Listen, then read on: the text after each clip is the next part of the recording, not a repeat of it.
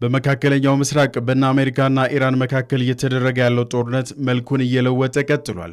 በድንበር አካባቢ በሚገኙ የእስራኤል ወታደሮች ላይ ጥቃት መፈጸሙን አስታውቋል። የሊባኖሱ እስላማዊ ታጣቂ ቡድን ሄዝቦላህ በሰሜናዊ እስራኤል በሚገኙ የእስራኤል ወታደራዊ ይዞታዎች ላይ ከሚፈጸመው የሚሳኤል ጥቃት በተጨማሪ በድንበር አካባቢ የሚገኙ የእስራኤል ወታደሮችን በሮኬት መደብደቡን አስታውቋል።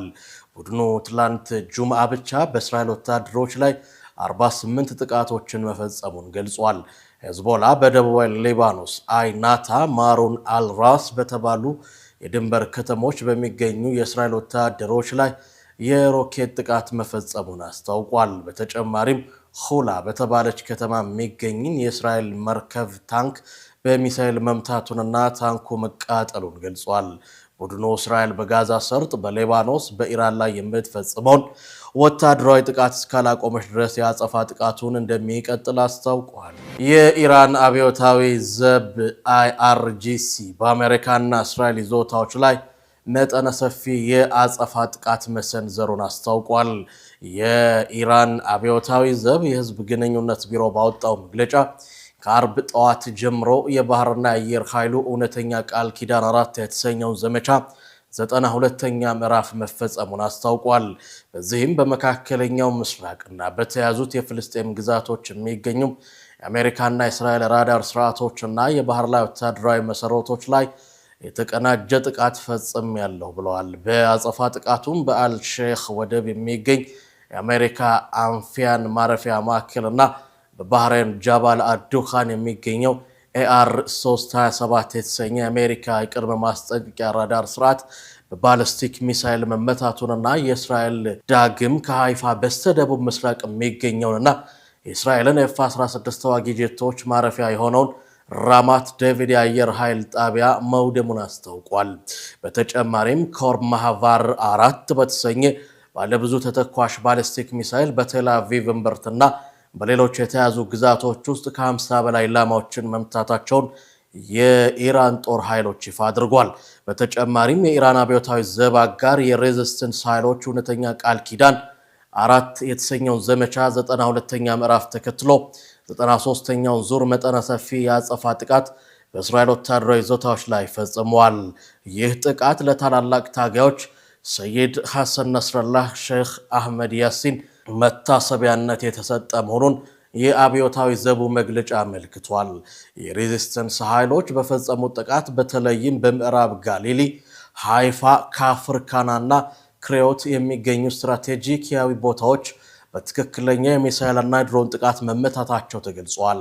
ጥቃቱ የተፈጸመው በተለያዩ የረጅም ርቀትና ተወንጫፊ ባሊስቲክ ሚሳኤሎች እንዲሁም አጥፍቶ ጠፊ ድሮኖች በመታገዝ በጋራ ኦፕሬሽን መሆኑ ተመልክቷል።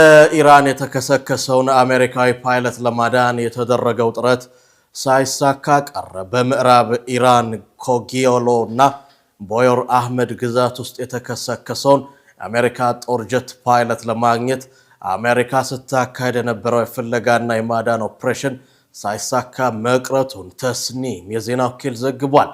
ጁምዓ ዕለት በኢራን የታጠቁ ኃይሎች ተመቶ የወደቀውን የጥቃት አውሮፕላን ፓይለት ለማዳን አሜሪካ ብላክ ሆክ ሄሊኮፕተሮችንና C-130 ሄርኩለስ አውሮፕላኖችን በመጠቀም ከፍተኛ ፍለጋ ስታካሄድ መዋላ ተገልጿል። ሆኖም እስካሁን የተደረገው ጥረት ምንም አይነት ውጤት ሳያስገኝ መቅረቱን በስፍራው የሚገኙ የፖለቲካና የደህንነት ምንጮች ጠቁመዋል።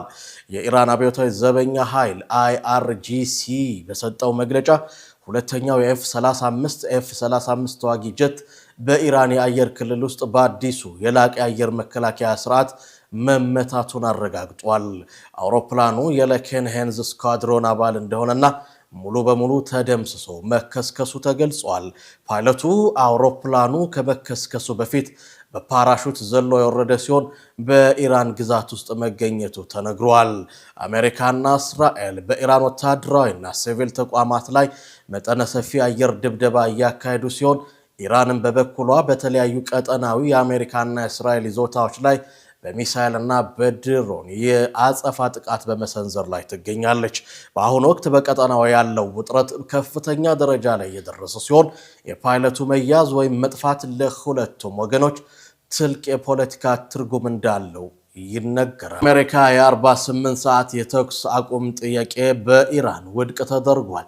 የአሜሪካ መንግስት በሶስተኛ ወገን አማካኝነት ለኢራን የ48 ሰዓት የተኩስ አቁም ስምምነት ጥያቄ ማቅረቧን የሀገሪቱ ፋርስ የዜና ወኪል ዘግቧል። እንደ ፋርስ የዜና ወኪል ዘገባ ጥያቄው የቀረበው በወዳጅ ሀገራት በኩል ነው ተብሏል።